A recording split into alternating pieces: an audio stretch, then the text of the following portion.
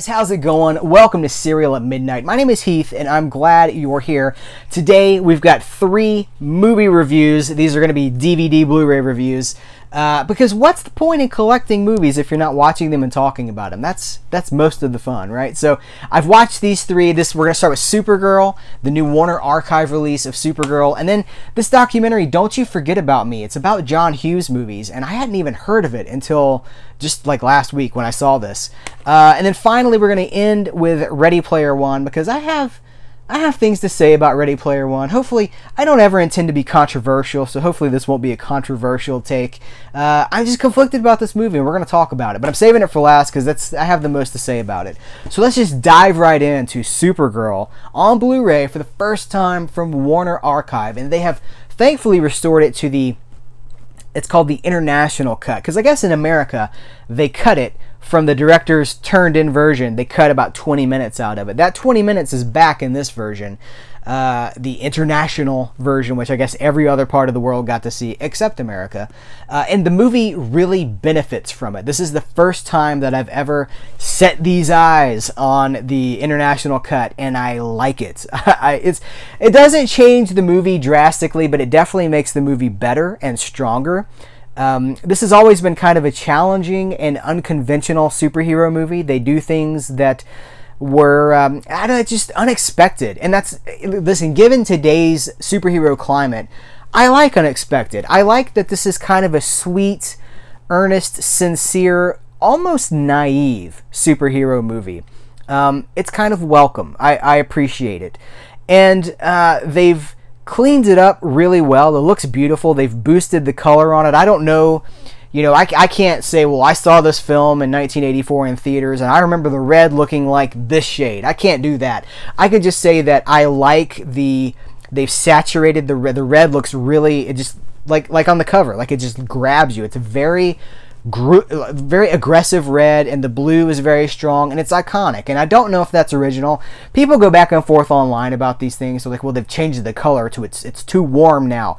I like it. Whatever they've done to this, I think it looks better than I've ever seen this movie look before.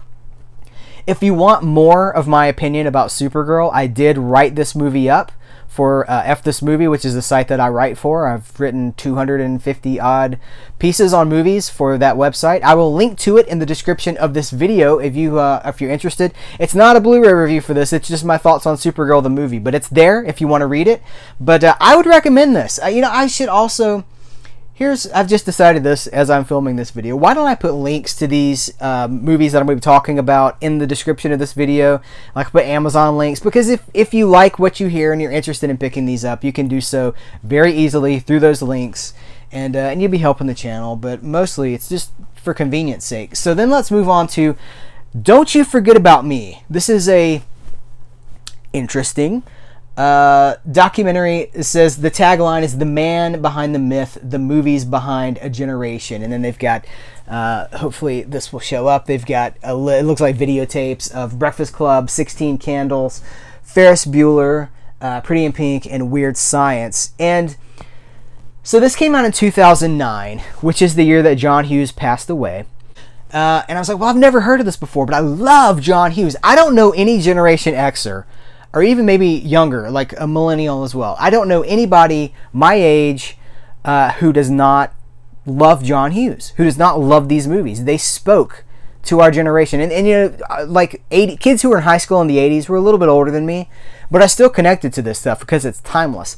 So the thesis behind this documentary is that this documentary crew sets out to see if they can pinpoint what it is that makes John Hughes movies so special and so different from other movies of that era. And they really hit on some interesting things. They interview a lot of people from John Hughes movies, so they really try to figure out what it is. And I think that they actually do uncover some very valid points about John Hughes's style, his voice, what he was going for, how everybody felt real.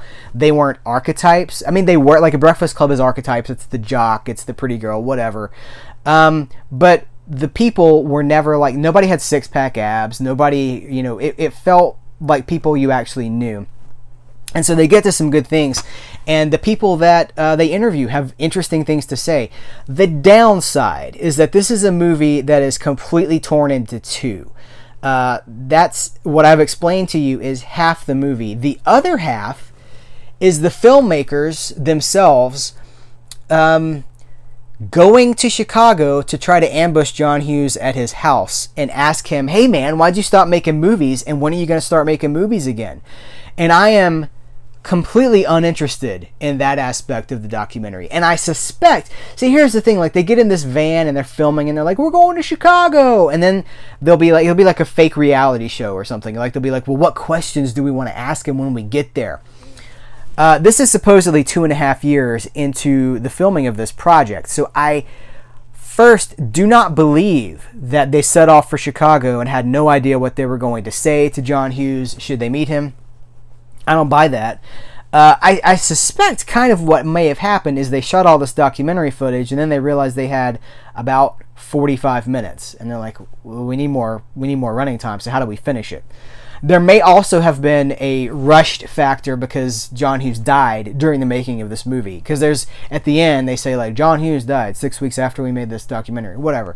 But half of it's interesting, half of it's not.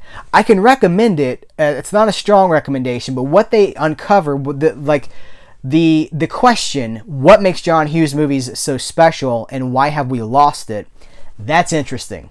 And it's true, because they don't make movies like John Hughes used to make anymore. And I kind of think that's why John Hughes quit making movies. I kind of think that's why he just quit and went to the house, because he couldn't do what he wanted to do. You're chasing success. You're chasing past success. Well, this formula worked, so let's do it again. That's not what he was about. So it's very interesting. I'm glad I've seen it. I'm also glad that I only paid $1.50 for it. So if you see this on Netflix or if it's on Hulu or wherever, it's worth a watch, but be advised that it's not a home run. Which brings us to Ready Player One. Oh, I honestly have been struggling with Ready Player One for a long time. I read the book. I have the book. I like the book. I think I like the book. That's the thing. Is like I watched the movie and I'm like, I have the same issue with the book that I have with the movie. And it's that, like, I love all the references. I get all the references. Ready Player One is for me. It's, again, grew up in the 80s. I lived every single minute of the 1980s. And so the culture of the 80s is so ingrained in my psyche and who I am. Every reference, every Family Ties throwaway line, like I get everything. Knight Rider, like I get it. But there's something about it that rubs me the wrong way. And I've really been struggling to figure out what it is. Because clearly I am the audience for this. Ernest Cline, who I like and who I respect, from his other work, like his earlier film work, and he wrote the introduction to the Art of Atari book. I like the guy, but there's something about it that just feels hollow, and I don't know how to explain it. Maybe you'll understand what I mean. And listen, there's no hate here. I'm not judging. If you love this movie, I'm not judging you, because I might love this movie too. I just don't know. It's not easy for me. Something about this is challenging to me, and I can't quite put my finger on it. I think part of it is that this is a subculture. 80s references, movie fandom, the stuff in this movie, talking about John Hughes movies, talking about the DeLorean references and all these things that pop up in here. These are the conversations I've been having with people for most of my life, the last 25 years. And to see it reduced to, and I say reduced, I suppose that's a perspective. This is all perspective. To see it being used as, I want to say storytelling device, but I don't even know that Ready Player One has a storytelling device. It's kind of just an amalgamation of pop culture references with a loose through line. It's like Willy Wonka with pop culture references. And I don't think that that's strong enough to carry it. But I also think that I have issues with the fact that this is a subculture that I'm a part of that has now been marketed back to me as a product, which is weird. I don't know that makes sense, but like, this might be how punk fans felt like in the early 80s when like all the bands that they loved that had been playing like CBGB or whatever like hit it big and started selling millions of albums or whatever. They're like, well, they used to just be, they used to be us. And this is the thing. This is the thing that you get into when you're part of a subculture and your subculture becomes just culture. And I wonder are we at the peak of reference culture now? Because that's kind of the thing that bothers me a little bit, is it's so many references, but they don't come from a place of like when I have these conversations with friends and I quote a movie, it's like a wink to whoever I'm talking to, and we know what we're talking about. It's like an unspoken code. But when it's in a movie and it's winking back at you, it loses something because it's no longer that human-to-human connection. It's now a human-to-corporation connection. And, something else that bothers me is in the special features for this, Steven Spielberg says that Ernest Cline is, I believe the quote is, he's the oracle of pop culture, but it might be he's the oracle of 80s pop culture. And I take offense to that because he's not. Ernie Cline is one of us. One of you and me. If you're watching this video and if you like Ready Player One, you're one of them too. Ernie Cline is the equivalent. Now, he did write the book. He did take the subculture mainstream and put it all together for everybody, which might be part of my problem. But there are thousands, if not hundreds of thousands of us, if not millions. Everybody that grew up in the 80s, it seems like, has certain reference points for their love of that decade. Aliens, Star Wars, spaceships, Atari, Nintendo, Back to the Future. Like, it's ingrained into our genetic DNA. It's just inside of us. And it feels weird to have that sold to me as part of a package deal that doesn't really seem to have its own reason of existing.